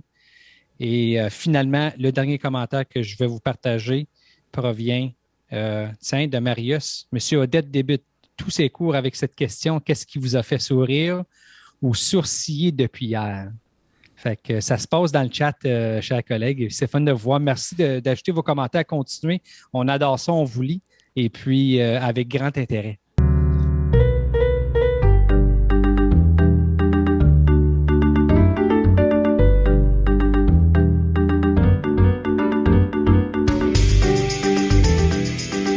Joël, puis j'enchaîne avec les ingénieurs pédagogiques. Donc, super content de se joindre à vous aujourd'hui, chers collègues. Et puis, pour répondre à la question « Qui sommes-nous? » Je pense qu'on a besoin de parler un peu de notre histoire. Au moins, Alex et moi. Eric, malheureusement, ne peut pas se joindre à nous ce soir. Mais Alex et moi, ça fait 6 ans qu'on se connaît, qu'on a enseigné dans la même école pendant plusieurs années. Et puis, on était tous les deux passionnés d'éducation. Et puis, on jasait souvent dans les corridors. J'allais voir Alex dans son cadre de porte. Souvent, j'allais assister à ces cours pour voir qu'est-ce qui se passait. On avait des questions on se questionnait ensemble par la suite. Ils venaient dans ma classe, etc. Et puis, oui, les conversations de cadre de porte, c'est tellement important. Donc, je pense que notre amitié est partie justement de cette passion-là pour la pédagogie. Et puis, pour moi, du moins, après ma 2e ou 3e année d'enseignement, j'ai commencé à suivre ma maîtrise en neuroéducation, neurosciences et éducation en Alberta. Et c'est à ce moment-là que j'ai commencé à me faire confronter avec certaines idées, certains articles aussi de recherche. Puis, j'ai commencé à appliquer ce que je voyais dans mes cours le soir à ma pratique en salle de classe. Et je me suis trouvé en évolution. On parle du mot évolution. Je me suis trouvé en évolution, justement. Et puis, je me suis trouvé aussi beaucoup plus intentionnel. On a mentionné le mot intention pédagogique auparavant. Donc, il y avait tout le côté art, l'art d'enseigner, mais je commençais à saisir tranquillement, pas vite, la science de l'enseignement, puis la science de l'apprentissage. Puis comment, justement, tu sais, on a aussi mentionné, évidemment, je vous cite tout au long, on est sur la même longueur d'onde ici, mais justement, comment, pas contrôler notre environnement ou l'environnement de notre salle de classe, mais provoquer l'apprentissage chez nos élèves. Est-ce qu'on peut allumer des feux ici? Puis est-ce qu'il y a une science derrière ce qu'on fait? Donc, je me suis lancé là-dedans pendant 3 ans et puis Alex et moi, ça nous a nourri, Alex de son côté aussi. Puis finalement, on a rencontré Éric Dionne, professeur à l'Université d'Ottawa en évaluation. Et puis, justement, par ces rencontres improbables-là sur Twitter, on a commencé à partir justement ce groupe de discussion-là sur des articles de recherche. On voulait faire le pont entre la recherche et la pratique. Et puis, ça a donné naissance justement aux ingénieurs pédagogiques. Notre podcast qu'on a commencé cette année, notre première saison. Et puis, on a 14 épisodes jusqu'à date. Et puis, on revoit un article à chaque épisode. Et puis, on discute. Puis, au début, quand on s'est formé en tant que groupe, on était 2 enseignants en salle de classe avec professeur Éric Dionne à l'université. Puis là, finalement, j'ai eu mon poste en tant que conseiller pédagogique, mais je pense que ça l'a enrichi nos conversations. À cause de là, on a 3 différentes perspectives sur le même sujet. Et puis, je pense que c'est ça qu'on a besoin en éducation. On a besoin d'avoir davantage de perspectives, puis c'est une richesse. Puis on a besoin de parler de la science de l'apprentissage et puis des nuances qu'on a au niveau de la pratique.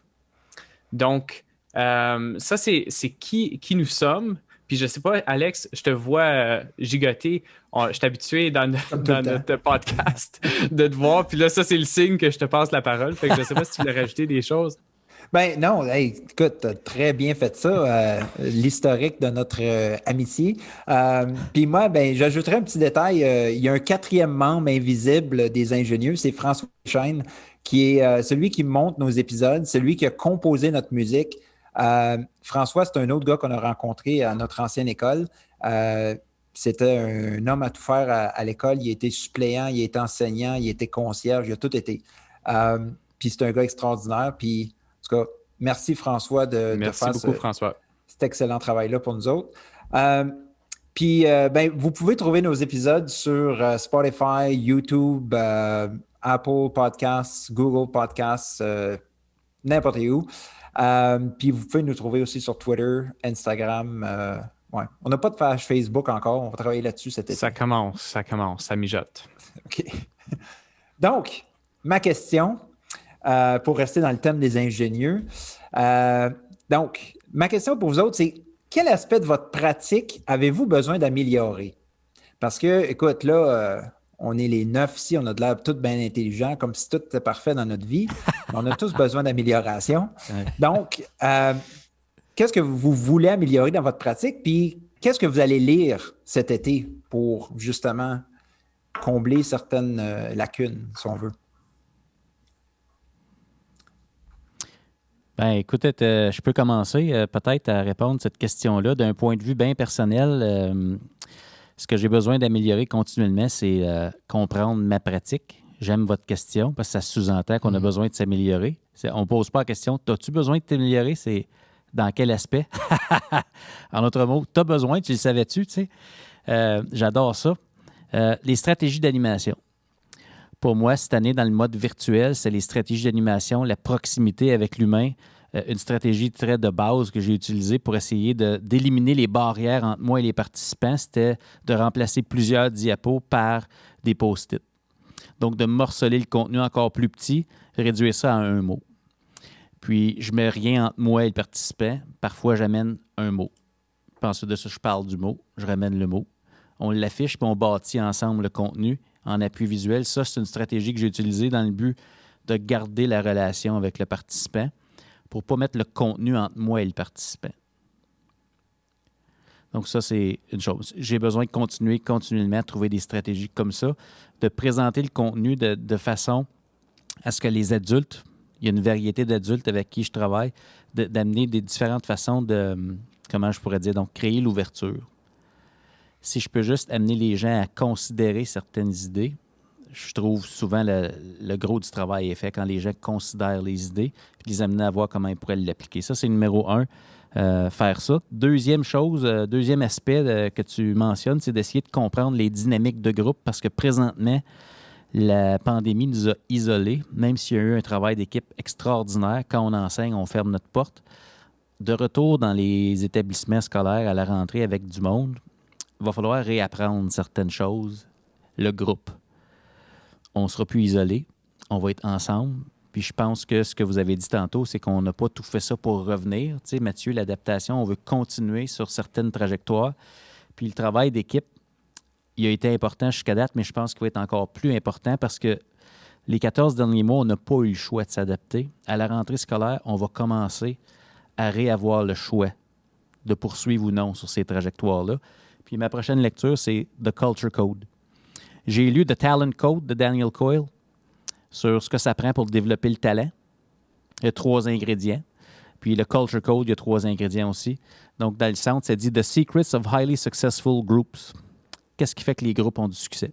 Je pense que c'est important, ça, de comprendre peut-être, si je reprends les mots de Martin, c'est de comprendre la science derrière les groupes qui marchent. Qu'est-ce que ça prend? Donc, ça, c'est je veux améliorer ça dans ma pratique, mieux comprendre ça, puis mieux comprendre dans mon rôle et moi comment agir là-dessus. Alors voilà, ma réponse en 2 tweets. Merci, Marius. C'est excellent. Puis j'ai noté le livre, ça va sans doute s'ajouter à ma pile. Joël, toi? Juste pour noter, juste pour ajouter aussi, Alex, tu sais, il y a 3 ingrédients dans The Culture Code. Puis, il y a 3 ingrédients dans les ingénieurs pédagogiques aussi. Les 2 sont extraordinaires. Fait que je vois des liens là aussi. Les bonnes recettes qui n'ont pas beaucoup d'ingrédients, juste des bons ingrédients de qualité. Ouais. Et de ton côté, Joël, dans ta pratique? Moi, c'est ça. Moi, quand je pense à ma pratique, vraiment, en ce moment, ça me fait penser à 2 choses. C'est mes pratiques au niveau de mon rôle comme direction d'école et puis aussi mes pratiques comme rôle comme accompagnateur, comme coach au niveau d'Inspire Leadership. Puis, je commence avec du côté direction d'école, bien là où est-ce que je cherche à m'améliorer, à trouver des différentes façons de parvenir à mon objectif, c'est d'amener mon personnel, d'amener les profs dans ce mode-là de vouloir toujours devenir meilleur, de développer le goût de vouloir apprendre, puis le goût de vouloir partager qu'est-ce qu'ils apprennent aussi. Il y a tellement de belles choses qui se font en salle de classe. Pas autant qu'on en parle là, dans les réseaux, dans nos épisodes de podcast, en termes de partager les bons coups, les succès, les pratiques pédagogiques gagnantes. Ça ne se fait pas autant que j'aimerais parce que l'expertise, on l'a. Hein? On l'a dans nos édifices, c'est là. Il faut juste aller le chercher, il faut ouvrir nos portes. Il faut enlever les murs, puis il faut permettre aux gens d'entrer, puis il faut se permettre aussi cette ouverture-là aux autres, parce qu'on a de quoi à partager aussi. Donc, je suis toujours à la recherche au niveau de ma pratique, comme leader au niveau de l'école, c'est à savoir mais comment est-ce que je peux apporter les gens à développer cette soif-là. Je le sais que si je peux juste leur faire goûter juste un petit peu. T'sais, moi, je l'ai vécu. J'ai vécu une expérience extraordinaire avec l'équipe tactique au CFORP dans le temps. Et puis, moi, j'ai goûté. Puis le feeling que ça m'a donné, c'était extraordinaire. Ça a changé mon parcours. Ça a changé mon parcours. Le feeling, le feeling. Oh yes. Puis je me suis dit, ben écoute, si une expérience comme ça m'a donné un impact à ce point-là, à cette profondeur-là, le feeling que j'ai eu, c'était incroyable. Je n'en voulais plus. Puis là, il n'y avait plus de limite. J'étais encouragé. J'avais du vent dans mes voiles. C'était incroyable. C'était incroyable. Je me sentais bien. Puis à cause de ça, ben j'étais capable de rayonner ça chez les autres. Donc, moi, je me suis dit, le feeling que je me souviendrai toujours de ce feeling-là. Bien, c'est ça, qu'est-ce que je veux donner aux autres. Puis comme direction d'école, bien, je me dis, comment est-ce que je peux amener ça dans la pratique des gens? Comment est-ce que je peux leur faire réaliser qu'il faut faire le temps pour ces choses-là? Puis de quelle façon créative est-ce que je peux apporter ça pour que ça soit pertinent pour eux en salle de classe, pour qu'ils puissent l'utiliser? Et puis, pour qu'eux, ils réalisent le potentiel de vouloir vivre ça ensemble avec d'autres personnes dans l'école, avec d'autres personnes dans le conseil scolaire, avec d'autres personnes en province, hors province, c'est partout dans l'éducation. Ça fait qu'au niveau de la direction d'école, mais c'est surtout ça. Là, je travaille à savoir de quelle façon est-ce que je peux apporter ça, puis est-ce que je peux amener les gens à se réaliser pleinement, à avoir vécu ce feeling-là. Je veux que tu ailles ce feeling-là aussi parce que c'est tellement bon. Puis avoir soif d'aller chercher les connaissances, puis à vouloir devenir une meilleure version tout le temps aujourd'hui que je l'étais hier, c'est incroyable. C'est incroyable. L'autre côté de la médaille, en tant qu'accompagnateur, coach, Inspire Leadership Podcast, bien, c'est de savoir de quelle façon est-ce que je peux exercer une influence encore plus davantage. Tu sais, on a le podcast, j'ai le billet de blog, le site web, formation. C'est toujours savoir comment est-ce que moi, je peux continuer à offrir quelque chose qui va permettre aux gens de grandir, mais d'avoir encore une plus grande influence, de rejoindre encore plus de personnes. Fait que ça, c'est vraiment une pratique que je dois travailler. Je dois travailler là-dessus, puis je dois vraiment faire le temps pour m'arrêter, puis de vraiment réfléchir à ça. Tu sais, quel est le besoin sur le terrain? Qu'est-ce qui se passe? Qu'est-ce que les gens, les leaders ont besoin? Qu'est-ce que moi, je pourrais leur offrir? Qu'est-ce que moi, j'ai besoin pour leur donner qu'est-ce qu'ils ont de besoin? Tu sais, ça revient vraiment à ça. Parce qu'Inspire Leadership, bien, c'est qu'est-ce que c'est. Hein? Autant que c'est pour moi, pour mon apprentissage puis ma croissance, mais ça revient un peu à ce que je vous ai partagé tantôt là, au niveau du coaching, lorsque j'ai dit que c'est pas autant qu'est-ce qu'on donne aux autres, mais c'est qu'est-ce qu'on éveille en eux. Hein? Moi, je veux éveiller ce feeling-là. C'est ça qu'est-ce que je veux. Donc, au niveau de ma pratique comme leader, comme accompagnateur puis comme coach, bien, ça revient à ça. Comment est-ce que je peux le faire? Comment est-ce que je peux éveiller ça dans les gens? Puis comment est-ce que je peux rejoindre le plus grand montant de personnes possible? Oui, parce que quand tu as ce feeling-là, là, ça devient addictif. Là, puis c'est exactement ça. Ouais. C'est magique. Absolument. Martin, avais-tu quelque chose à ajouter? Ben, en fait, je suis un peu ébloui. Là. C'est vraiment des réponses. Non, sérieusement, c'est vraiment des réponses fantastiques. Puis, justement, ce feeling-là, je l'ai un petit peu en ce moment. Puis, une autre chose, c'est vrai, une autre chose, c'est que tu parles de l'autre, puis je tisse des liens avec le coaching, puis le leadership. Tu parles de l'autre, puis ça prend l'autre. C'est un ingrédient clé. Si l'autre n'est pas prêt, tu peux avoir tous les beaux messages du monde, mais tu avanceras tout seul. Fait que je trouve que c'est tellement important. Chacun d'entre nous, on a des beaux messages. Puis je pense que tu as mis le doigt dessus, Joël. Justement, il faut aller chercher l'autre. Comment est-ce que tu vas chercher l'autre? C'est ça. Il faut aller le chercher en même temps, le rencontrer là où est-ce qu'il est rendu. Tout le monde est rendu à un différent endroit. C'est pas pareil. Mais c'est d'aller à l'encontre de ces gens-là. Puis souvent, on doit prendre le premier pas. Mais c'est correct, ça. C'est correct parce que, comme j'ai dit, c'est autant pour moi que ça l'est pour eux. J'adore apprendre des autres, donc moi, je grandis là-dedans. Puis en termes de lecture, mes chers collègues, je vous recommande fortement Atomic Habits de James Clear. C'est phénoménal. C'est assez intéressant parce que lors d'une réunion du personnel, il y a à peu près un mois, j'ai présenté un concept à l'intérieur du livre qui était vraiment intéressant parce qu'on parlait de développer, la science derrière développer des habitudes. Puis on parlait de l'impact de l'environnement physique pour les élèves. Le jeune là, qui se lève 5 minutes avant le début du cours, il se branche à son cours, mais il est encore couché dans son lit. Là, c'est peut-être pas le meilleur spot. Puis James Clear, lui, il parle de la science derrière, comment on associe des comportements avec l'environnement. Mais en termes d'établir des bonnes pratiques, les gens ont tellement aimé ça que nous, notre école, l'école secondaire catholique Algonquin à North Bay, c'est une école de 7e à 12e année. Après cette présentation-là, j'avais lancé ça aux gens. J'ai dit, écoutez, s'il y en a qui aimeraient avoir une copie du livre, je vais vous le payer. Puis là, moi, je m'attendais, une ou deux personnes, pas pire, mais on a eu au-delà de 20 membres du personnel pour qui que là, on a trouvé du budget pour ça, mais c'est correct parce que ça vaut la peine, qui ont acheté le livre. Et puis de là est né un club de lecture. Fait que les gens l'ont amené encore plus loin. Mais le livre il est absolument fantastique si vous cherchez à connaître la science derrière établir des bonnes habitudes, hein, parce que c'est comme ça qu'on apporte un changement, une transformation. Ça, là, ça a été, je dois dire, une des meilleures lectures que j'ai faites depuis les dernières années. C'est pratico-pratique. Il y a des informations et puis des formulaires, des ressources dans son site web. Je vous le recommande fortement, Atomic Habits. Allez vous commander ça sur Amazon.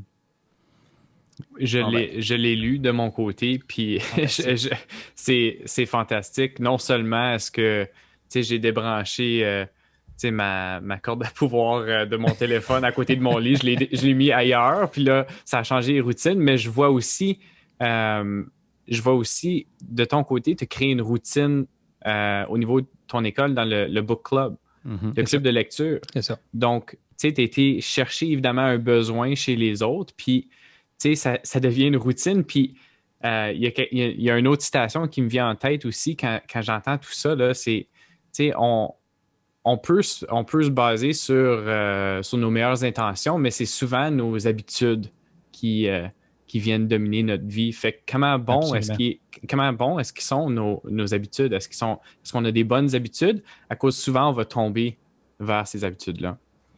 Effectivement. Bon, ben, merci, messieurs. C'était extraordinaire. Oui, extraordinaire, mais en plus, on est pris pour s'acheter 2 livres en plus. Ouais. Donc, Sarah, qu'est-ce qui se passe sur Facebook?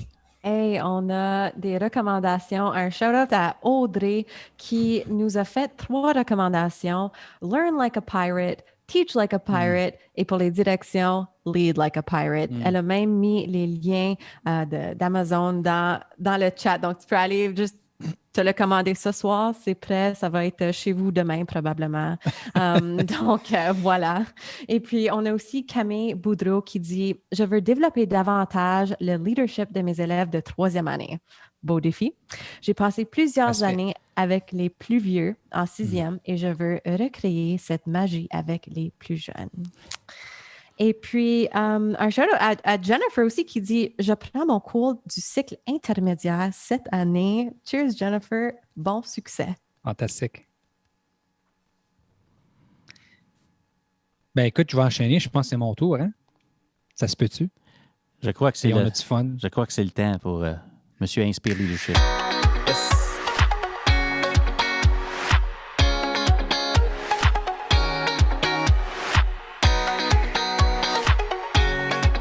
C'est une bonne petite toune, ça. Ben, merci. Merci tout le monde dans le chat. Merci tout le monde dans le Facebook. C'est le fun de vous voir là. Puis, c'est tellement riche, les conversations. Là, on va parler un petit peu on va se projeter un peu dans le futur. Qu'est-ce qui s'en vient? Qu'est-ce qui s'en vient? Ça fait 1 an, au-delà d'1 an, là, qu'on roule dans cette pandémie-là. Puis, c'est plus tout à fait nouveau. Hein? On a appris à s'adapter. On a appris à être confortablement inconfortable, comme on a entendu dire souvent. C'est important, ça. C'est important. C'est là qu'on retrouve la croissance, d'ailleurs, hein, juste à l'extérieur de sa zone de confort, là, ce petit bout-là, là, que c'est tough, mais on sait qu'on est capable. Là, c'est là qu'on est capable de s'améliorer. Mais Inspire Leadership Podcast, ça, c'est un projet de passion. Hein? C'est né quelques années passées. Puis, j'ai vécu, comme je disais tantôt, une expérience inoubliable auprès de l'équipe tactique du CFORP. C'est là que j'ai connu C'est là que j'ai pris conscience de l'importance du leadership et de l'importance de développer ça chez moi parce que j'avais réalisé que ça touchait tous les aspects de ma vie. Autant époux que père de famille, que leader dans mon école. Fait que je me suis beaucoup intéressé au développement du leadership et puis dont est né Inspire Leadership Coaching. Puis de là, je me suis posé encore la question, de quelle façon est-ce que je peux rejoindre encore plus de gens? Il y a 3 mots qui m'est venu en tête. Il y a 3 choses qui m'est venu en tête. Le premier, c'était comment est-ce que je peux exercer de l'influence? Ça, c'était le premier. De quelle façon est-ce que je peux exercer une influence sur les autres? Parce que je pense que j'ai quelque chose j'ai quelque chose à leur offrir. Le deuxième, c'est l'impact. Comment est-ce que je peux avoir un impact majeur là, chez les gens, dans mon domaine, en éducation, puis même dans la vie des gens? Ça, c'était la deuxième. Puis la troisième, bien sûr, c'est de passer à l'action, parce que sans l'action, chers collègues, il n'y a rien qui se passe. Fait que ça, c'est les 3 mots que je me garde toujours dans la tête lorsque je pense à qu'est-ce que je pourrais faire, puis comment est-ce que je pourrais ajouter de la valeur aux autres. Puis je me suis dit, écoute, j'aime jaser. C'est évident. J'aime jaser avec les gens. J'aime venir à la rencontre de ces gens-là. Puis je me suis dit, ça serait vraiment important. Puis ça serait vraiment intéressant d'entendre le parcours des leaders partout, pour qu'ils puissent partager leur parcours professionnel avec nous. Puis écoute, on le sait, dans nos conversations, ça dépasse toujours le parcours professionnel parce que c'est qui nous sommes. Joël à l'école, c'est le même Joël à la maison, c'est la même personne, là. Donc, ça dépasse toujours, puis c'est ça qu'est-ce qui est riche, c'est de pouvoir partager ces expériences-là qu'on vit comme leader, parce qu'il y a quelqu'un à quelque part qui a besoin de l'entendre. Puis parfois, c'est même moi, quand je l'entends de mon invité au podcast. Donc, c'est là la richesse, autant que je n'en gagne que je peux peut-être en donner aux autres personnes. Ça fait que c'est de grandir de nos expériences, puis parfois, ce n'est pas obligé d'être les expériences qu'on vit nous-mêmes. Ça peut être les expériences des autres, mais qu'on les écoute parce qu'on fait des liens dans notre vie avec ces expériences-là. Puis c'est là la richesse. Il faut partager. On est à la saison 2 qui va terminer. Le prochain épisode va être publié bientôt. Je ne vous dis pas qui c'est une surprise. On regarde ça jusqu'à la fin. Mais il est fantastique. Il est fantastique. Et puis la saison 3 va débuter bientôt. Puis un peu comme tout le monde est un leader, moi aussi, je regarde à changer ça un peu puis arriver sur un différent angle avec un différent format. Donc, j'ai hâte de débuter ça avec vous autres et de vous le partager. J'espère que vous allez aimer ça. Ça va être fantastique. Fait que merci à tout le monde qui nous écoute. Vous pouvez nous retrouver à inspireleadership.ca. Tout est là, les épisodes. Et puis, bien sûr, disponible dans toutes les plateformes de podcasting out there, là, comme qu'on dit. Hashtag out there. Donc, écoutez, on parle de se projeter. On a vécu plein de choses depuis le mois de mars dernier. Et puis, là, il faut penser à qu'est-ce qui s'en vient. Une année scolaire qui termine encore de la même façon la dernière, puis qu'on ne pensait pas qu'on serait là, mais on est là. Mais là, il y en a une autre qui va débuter. Puis quand on pense à l'avenir, comme leader, on doit nous assurer qu'on a tous les outils, puis on a tout ce qu'il nous faut, on a toute l'énergie qu'il faut pour pouvoir se propulser dans qu'est-ce qui est à venir, parce qu'on ne sait pas qu'est-ce qui est à venir. On a une petite idée, mais on ne sait pas, on n'a pas une boule de cristal. Puis pour faire ça, je pense que c'est important de se centrer dans un premier temps sur nous-mêmes afin qu'on puisse nous outiller puis remplir notre tuyau, comme qu'on a dit à quelques reprises pendant cet événement ici ce soir avec vous. Donc, moi, j'aimerais lancer la question à Martin, des ingénieux. Martin, comment est-ce que toi, tu planifies là, quand tu penses au futur? Là, qu'est-ce qui s'en vient mois de septembre, octobre, novembre, décembre? Là? Comment est-ce que tu vas t'assurer, puis comment est-ce que tu vas te centrer sur ton épanouissement? Mais c'est une bonne question. Ceux qui me connaissent savent que j'ai été sur Google, j'ai été chercher la définition d'épanouissement. Et puis, le Larousse dit l'épanouissement, acquérir la plénitude de ses facultés intellectuelles ou physiques, être bien dans sa peau, dans son corps. Puis là, j'ai fait le même lien que toi, Joël. J'ai fait le lien avec acquérir sa plénitude. Puis là, j'ai pensé à ma citation de l'arrosoir. J'ai dit, si je veux m'épanouir, il faut que mon arrosoir soit plein. Il faut, puis acquérir de la plénitude, j'ai réfléchi davantage, puis c'est un verbe d'action, acquérir. Absolument. donc souvent, on pense, ah, ben j'ai besoin de relaxer. Qu'est-ce que je vais faire? Je vais rien faire. Puis des fois, ça peut être bon, mais pour moi, ce que j'ai appris dans mon parcours, c'est que ce verbe d'action-là, ben, ça ressemble à aller courir, prendre soin de mon physique, prendre soin de ma curiosité intellectuelle aussi. Oui. Souvent, ça vient avec des conversations avec des collègues, que ce soit Alex ou quelqu'un d'autre que dans mon parcours. Puis, on va avoir des discussions, puis des fois, on n'est pas tout à fait d'accord sur tout. Mais c'est là que ça vient chercher ma curiosité, puis mon ouverture d'esprit d'aller chercher, d'aller trouver un article sur le sujet, puis de se gratter la tête. Fait que, ça me nourrit au niveau intellectuel, ça, au niveau émotif aussi. De faire des check-ins avec soi-même, pour demeurer centré, il faut que tu prennes le temps de voir comment ça va aussi. Fait que ça, c'est super important pour moi.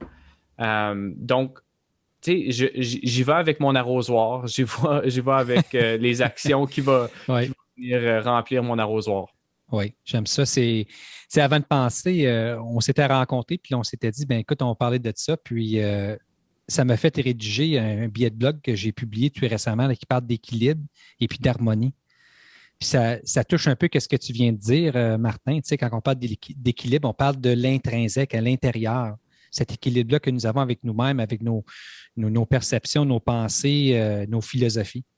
Puis l'harmonie, ben, c'est qu'est-ce qu'il y a à faire avec l'extérieur. Hein? Comment est-ce que nous, l'intérieur est en harmonie avec l'extérieur? Et puis, de vivre ces activités-là, tu disais de bâtir ça dans des routines, là, soit faire de l'exercice, jaser avec des personnes, écouter des podcasts, mais ça vient ajouter à nous-mêmes. Ça nous nourrit.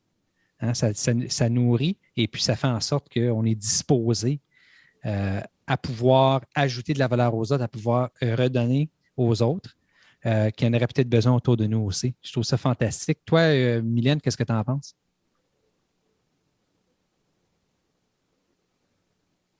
Moi, je ne suis toujours pas habituée d'ouvrir mon micro. Ça fait juste 1 an qu'on fait ça. Je trouve qu'il y a plein de beaux messages que Martin vient nous échanger. L'idée du self-care, de prendre soin de nous, je pense que c'est absolument essentiel. Chez nous, à Viamonde, on en a parlé beaucoup pendant l'année, le bien-être des élèves, le bien-être de l'enseignant, puis on ne peut pas donner ce qu'on n'a pas. Fait que, de toute évidence, que ça soit un 100$ ou que ça soit l'énergie, les connaissances, le temps d'écoute. Si tu ne l'as pas, tu ne peux pas le donner. C'est ça. Fait que c'est super important. Ça, le seau, de toute évidence, il faut le garder rempli. Puis, bon, pour ma part, j'ai eu beaucoup d'apprentissage à faire sur moi-même parce que, je suis rendue à un espace, un moment dans ma vie où je devrais savoir ce qui va dans mon seau, mais ce que je pense qui va dans mon seau, c'est pas forcément ce qu'il garde rempli. Tu vois? Fait qu'il y a eu beaucoup d'apprentissage personnel par rapport à tout ça. J'ai grandi en tant que personne dans ce temps de confinement et d'isolation. Puis quand tu parles d'épanouissement, même selon le dictionnaire de Martin, on pense aussi à aller plus loin. Tu sais, tout ce qu'on fait, comment on peut pour aller à la prochaine étape. Puis là, je pense à rester inconfortable, rester vulnérable. Ça, pour moi, ce soir, c'est un excellent exemple de ça. Le sweet spot, hein? Le sweet spot. C'est certain que je vais en sortir grandi. Je suis super contente d'être là. J'apprends un paquet. J'ai pris plein de notes. Je suis vraiment... Mais c'est très inconfortable ce soir pour moi parce que même si ça fait 3 ans, les filles, qu'on fait le podcast, dans ma tête, je parle avec Jen et Vicky. Hein, c'est les seuls qui écoutent. Je sais que c'est pas vrai, mais c'est comme mon mécanisme de défense pour être capable de passer à cette prochaine étape-là. Toute l'idée du réseautage, toute l'idée de prendre puis de donner, de cet équilibre-là dans l'épanouissement. Je pense que de reconnaître, ça, il y a quelqu'un qui a dit ça quelque part à un moment donné, que tout le monde est un leader.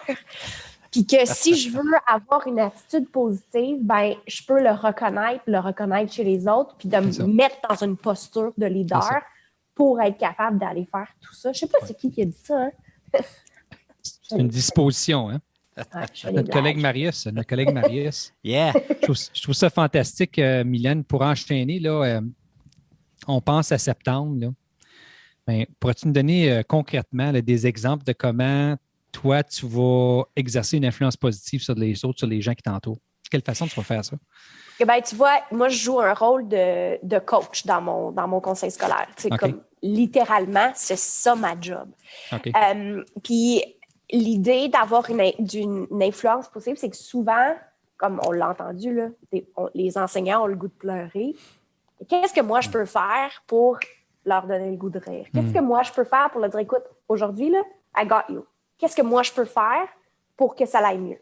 Puis, écoute, j'ai aidé des profs à 9h30 un vendredi parce que les bulletins avaient disparu. Je veux dire, oui, comme il faut, mon contrôle s'arrête ou celui des autres commence. Mais rien n'empêche que ces élèves, c'est les miens par relation, tu sais. C'est ça. Fait que si ces élèves ne sont pas en train de vivre leur plein potentiel, ne sont pas au centre de leur apprentissage, moi, j'ai une job à faire là-dessus. Puis comment est-ce que moi, je peux influencer ma prof ou que ce soit avec les pratiques, que ce soit avec le coup de pouce de plus ou quoi que ce soit, bien, j'ai une responsabilité là-dedans. Et je pense que quand c'est offert au moment opportun, parce qu'il y a le just in time puis just in case, là. Mais quand j'arrive au moment opportun puis que l'enseignant peut en tirer ce qu'il en a besoin à ce moment-là, ben, je peux dire que j'ai eu une influence positive dans ça. Fantastique. Hein? Ça revient quasiment à ma manchette. Hein? Montrer aux gens 1000 raisons pour sourire, hein, n'est-ce pas, Mylène? Oui. Toi, Martin, pourrais-tu me donner un ou deux exemples de comment toi, tu vas influencer positivement les gens autour de toi là, dans le futur proche? Oui, absolument. Puis je retiens de Mylène, I got you. Ça part de là, je pense. Un autre T-shirt. Un autre T-shirt, absolument. Puis je pense que c'est justement ça, c'est que souvent on entend, que ce soit dans les corridors ou que ce soit dans une salle de classe ou dans une rencontre, peu importe, c'est pas ma job, ça. Puis, tu sais, on l'a tout peut-être dit à un moment donné, mais tu sais, être un leader puis avoir une influence de leadership, c'est dire, tu sais quoi, c'est peut-être pas techniquement ma job, mais je vais le faire. I got you, justement. Puis de modéliser justement cette ouverture d'esprit-là, puis ce vouloir de s'améliorer. Puis c'est drôle, souvent, dans mon expérience à moi, souvent quand on prend ce pas de l'avance-là, souvent c'est réciproque des gens alentour de nous autres. Puis moi, je l'ai vécu premièrement avec mes élèves en salle de classe. Puis, tu sais, un élève qui t'arrive, puis, tu sais, il ne te crache pas en pleine face, mais s'il pourrait, tu sais, il le ferait. Puis, il arrive, puis c'est pas de ta faute, mais t'es la cible, puis tu dis, tu sais quoi, I got you. Puis tu prends l'élève où est-ce qu'il est, puis tu l'aides à cheminer, puis tu lui donnes l'amour, puis justement, j'ai commencé avec mes élèves, mais je réalise que c'est pour tout le monde, ça. C'est pour les enseignants, c'est pour les directions, c'est pour les surintendances, c'est pour tout le monde. Puis une fois que tu commences à prendre soin de toi-même et te mettre des attentes élevées, mais tu réalises que tu es en train d'influencer les autres à cause les autres, ils te voient, puis ils disent, tu sais quoi, c'est vrai que c'est pas notre job techniquement, mais on va le faire, puis on va le faire pour les élèves, on va le faire pour le personnel, puis on va le faire pour tout le monde, dans le fond. C'est ça. On est là-dedans ensemble. Mais c'est tellement beau. Puis ça me tente juste de même là, pour les gens qui nous écoutent. Les gens dans Facebook, là, on vous lance ce défi-là. Pensez à septembre. Là, 2 choses. La première chose, comment est-ce que tu vas t'épanouir? Ça, c'est le toi, l'intrinsèque. Le numéro 2, comment est-ce que tu vas exercer une influence positive chez les autres? Ça, c'est l'extrinsèque. On parlait d'équilibre et puis on parlait d'harmonie. Écrivez ça quelque part. Hein? Ça l'aide quand on l'écrit. Ça nous aide à passer à l'action. Marius, qu'est-ce qui se passe si on parlait de ça sur Facebook? Là? C'est extraordinaire. Les gens qui laissent des commentaires. Il y a Audrey alors qui a partagé une belle vidéo sur les 4 niveaux d'écoute, l'importance de ça.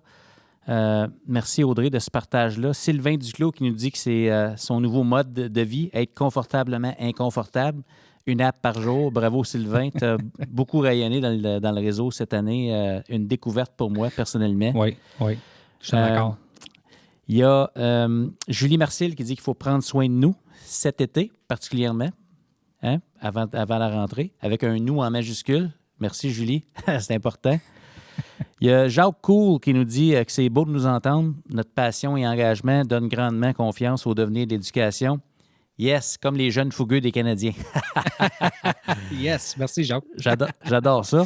Ah ouais. Puis j'ai partagé finalement, quand vous étiez en train de dire « I've got your back », ça me fait penser à une vidéo de Simon Sinek qui raconte qu'il avait l'intention, à un moment donné, il avait le goût d'arrêter d'écrire un livre, je pense « When Eaters Eat Last » ou quelque chose comme ça. Là. When Leaders Eat Last, c'est ça. Puis il explique l'importance de ça, une petite vidéo là, qui, en tout cas, c'est le fun. Je l'ai mis dans le chat. Donc, c'est ce qui se passe dans Facebook, mesdames et messieurs. Hey, et il est fantastique. 20h41. On est quand même pas pire. On arrive tout près de la conclusion, mais ça va à peine. On a des belles choses à se raconter. J'ai comme l'impression qu'on pourrait jaser un autre 6 heures, mais on ne fera pas ça à nos auditeurs. On fera pas ça. Bien, justement, là, on est rendu à l'après-match, comme on veut, pour reprendre le thème des Canadiens. Donc, on va analyser la game, si on veut. Donc, moi, j'ai pris des notes tout le long pendant que vous parliez dans votre dos. Là, puis, il y a quelque chose qui relie tout le monde ensemble. Je pense que c'est l'importance de l'être humain. Tu sais, tout à l'heure, Marius t'a parlé de l'importance de la relation dans le coaching. Puis tu disais que si on veut coacher quelqu'un, il faut avoir une relation comme vraiment supérieure avec lui. Mm-hmm. Puis tu t'as parlé aussi de l'intention de ma relation avec mes élèves. Est-ce que c'est de te propulser ou c'est de te contrôler?